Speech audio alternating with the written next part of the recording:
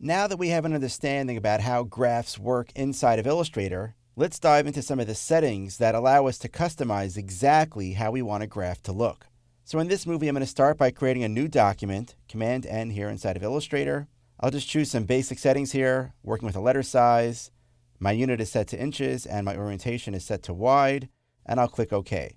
Now I want to start by creating a graph object here, so I'm going to go to my graph tool. I'm going to use the column graph tool. I'm going to click right about over here, and I'm going to choose to enter a specific width and height for my chart. Now remember, the values that I'm entering here represent the bounding area for where the chart itself will appear, not the value or category axes, and not the legend either. So I'm going to use a width of 6 and a height of 4. I'm going to click OK, and I'm going to import some data. So I'm going to click on this button here to import data, navigate to Chapter 3, Customizing Charts, and I'll choose the U.S. Energy Production 2011 file, which is again a text file that I exported out of Excel, and I'll choose Open, and that data now comes in here. This data does actually have some decimal points in it, so I'm going to choose to specify 1 digit for my decimals. Click OK. It's important to realize, by the way, that the data is still there, even if I don't see the decimal points. This is just a way for me to display that here inside of Illustrator. And now I'm going to click on the check mark to apply that. Great. So I'm going to close the data window right now. And it's important to realize that what Illustrator has created is indeed some kind of a special object called a graph. Basically, a whole bunch of groups kind of sewn together into this special kind of an object. But at the end of the day, they're all still objects. I have the ability to use my direct selection tool to select different elements and change their colors, select some text, and actually change some of the text as well. But because Illustrator takes the trouble to actually turn these into separate subgroups, I can use the group selection tool inside of Illustrator to make it easier to modify some of these settings.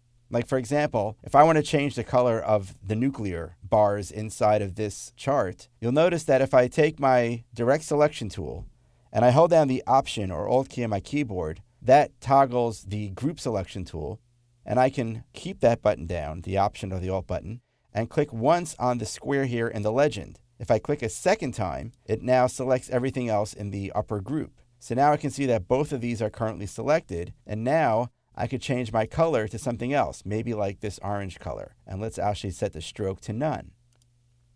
Now I haven't ungrouped this graph. I can still modify the data and the color will stay. So for example, maybe I want to change the color of the renewables section. Maybe I want that to be green. I can again Option or Alt click on this box right here in the legend, click again to now select all the other parts in that series, and then choose some kind of a green color. I can also set it stroke to none as well. So I have the ability to modify colors very easily, just like I would any other object inside of Illustrator. If I want to change the text, for example, I'll hold down the Option key and select the word nuclear, but then I'll basically click on it again, and now you can see that all the other text elements, all the labels that appear for this legend right here, become selected. So now I can change this to, for example, maybe Chaparral Pro, and change the point size to maybe 18, and maybe change the fill color of that to something like maybe a dark blue or purple. So you do have a tremendous amount of creative freedom when working with graphs inside of Illustrator. But let's actually go into the graph settings themselves and see how we can make some other adjustments. I'm going to use my selection tool, and I'm going to select the entire graph. Next, I'm going to go to the Object menu. I'm going to scroll down to where it says Graph, and I'm going to choose this option here called Type.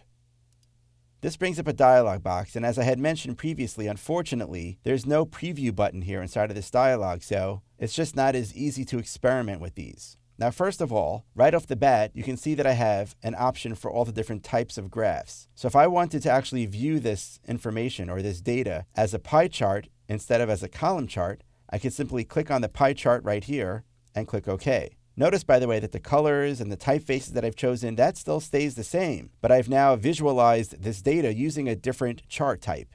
Let me go back over here to Object, Graph, and Type. And again, remember, I have to keep going back to this dialog box, and you may find it useful if you do this kind of work a lot to assign a custom keyboard shortcut to the Graph Type command. That way you can very easily bring this dialog box back up.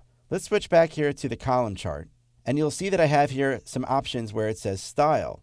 I can add a drop shadow, which by the way, I'll tell you, doesn't really help at all. It's not a real soft drop shadow that you might be used to seeing inside of Illustrator. This feature was added way before Illustrator had the ability to create those nice soft drop shadows. So you may find it more useful simply that when you're done creating your chart to apply the regular drop shadow effect that you may be used to. However, I do have the ability to add a legend across the top. If I do that, you'll see the legend now appears across the top of my chart, not along the side. Once again, I'm going to go back to the Object menu, choose Graph and Type. You'll see that over here where it says Value Axis, which remember is this axis over here, currently appears on the left side, but I can choose to have Illustrator display it on either the right side or even on both sides.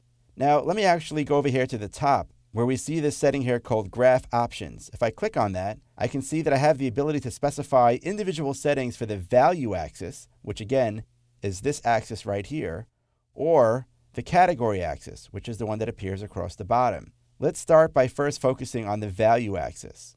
Notice over here where it says tick marks, right now the length is set to short, and that's what these little lines here represent. I can turn them off so that they don't appear at all, or I can choose full width, and full width will actually extend these lines all the way across the chart. I also have the ability to add labels, and I have something called a prefix and a suffix. Let's say, for example, these values represent something like money.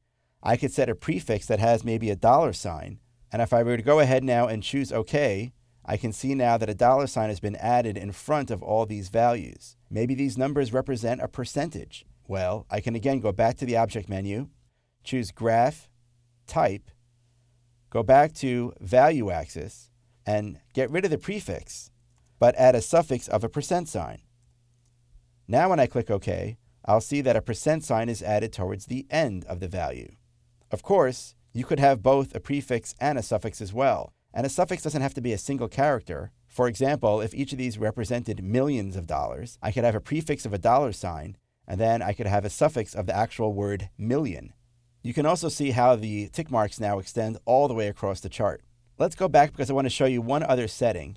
I'm going to go to Object, Graph, and then choose Type. Notice over here where it says Options, I have something here called a column width and a cluster width. I can modify these values to control how much space each of these columns actually take up. For example, if I set my column width to 50%, I can click OK, and I have much narrower columns.